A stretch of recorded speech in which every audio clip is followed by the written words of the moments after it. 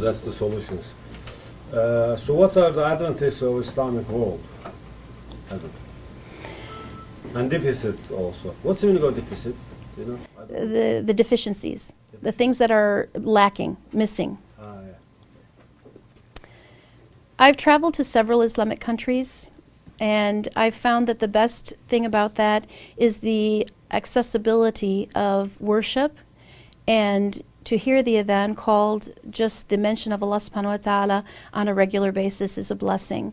You also have freedom of practice, the ability to go about living your Islamic life and worship in an open society where there is no fear of retribution because of that.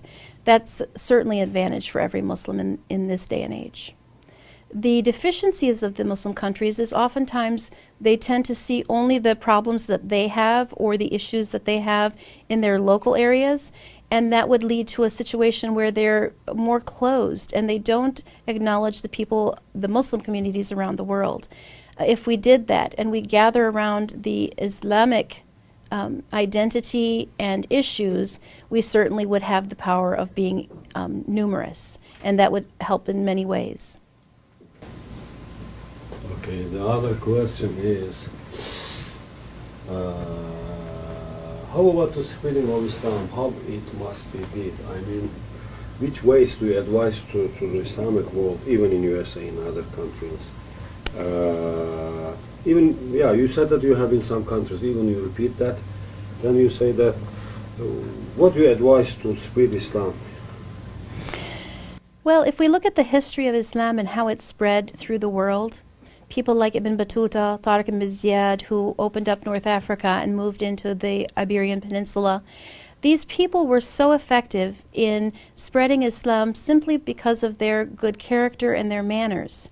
They were intelligent, they were articulate, they were able to deal with the people at their level, and they carried the message of Islam through what they did, not necessarily what they preached. So it's very important that as Muslims today, we exhibit those same behaviors. I find that oftentimes in America, when we have Muslim families that their children are in public school, the parents don't get involved in the public school as volunteers. This causes a gap. The teachers work with the students, but they don't see the adults. And it presents an issue where the parents are maybe fearful of being exposed for being Muslims or for not being accepted for who they are.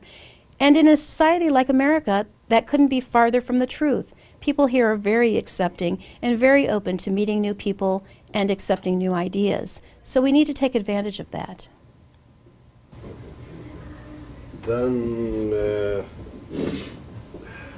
we come to the sensitive feelings. Tamam, düzelt de ben bekliyorum. Tamam sen. What you are feeling when you are fasting? Could you talk about fasting? Sure. Ali geçiyor musun? Bekliyorum. Evet. 4, 3, 2, 1. Geçmiyor musun? Bekliyorum. For me, one of the most special times of the year is Ramadan. It really is a time for me to focus again on what it means to be a Muslim, to really put aside this world and live out our Islam in a way that purifies the body and the soul. Setting aside time to make extra prayers, attending the Taraweeh, reading Quran, oftentimes reading it, at least one time in Ramadan, perhaps some more. It's a chance to really block out the things that get in our way of creating a peacefulness in our own lives, and Ramadan really does that because you don't have much time for anything else.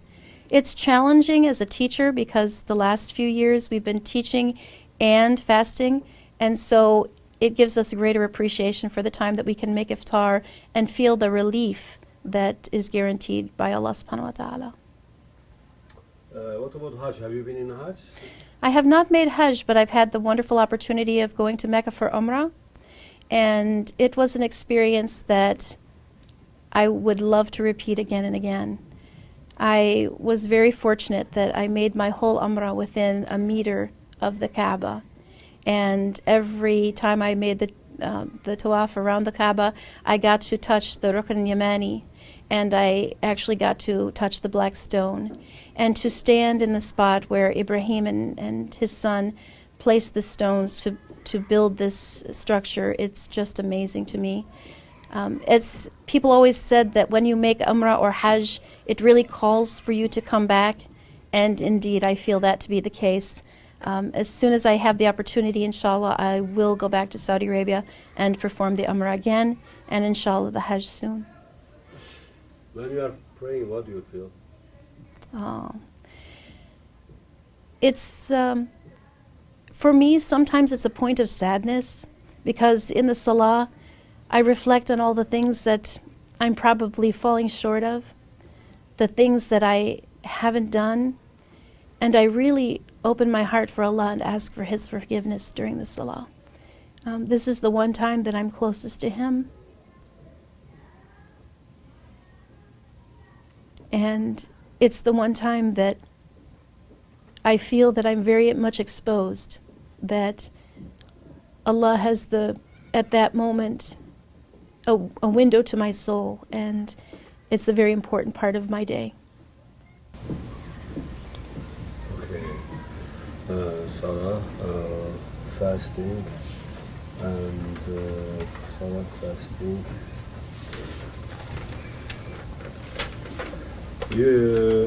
When you read Quran, what do you feel, sister? I'm always amazed at when I read Quran. Of course, I'm not proficient enough in Arabic to read it in Arabic. When I recite my prayers, I use the same surahs over and over again. But I'm counting on the fact that Allah subhanahu wa ta'ala guarantees that each letter of Quran that I recite will be recorded for me. And inshallah, that will be for my benefit. But I found so many amazing things. I know that translating the Arabic into English is one of the most difficult things to do because of the richness of the Arabic language. But I find that there are so many possibilities and so many promises made in Quran that it's really amazing and really does affect the soul. The more that you read and the more that you're affected by the words, you start to understand the wisdom that Allah subhanahu wa ta'ala is truly majestic, and it's a comfort. Sister, almost I finished my questions.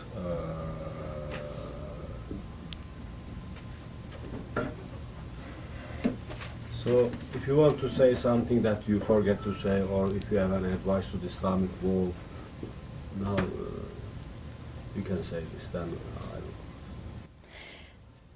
I think the most important thing is, as we are walking on this earth, that all Muslims are responsible for making da'wah, to really not preach Islam, but be good examples and follow the role of the Prophet, peace be upon him, in the act of living their Islam to its fullest, using it as a way to guide and encourage one another and others and bring them to Islam. And it's an incredible opportunity for each and every one of us to fulfill our Islamic obligation. Okay, sister. Do you want to celebrate the audience Islamic world in Ramadan? You can. Assalamu alaikum and Ramadan Mubarak to all of you. Please join us for our Ramadan anytime you'd like. You're very welcome.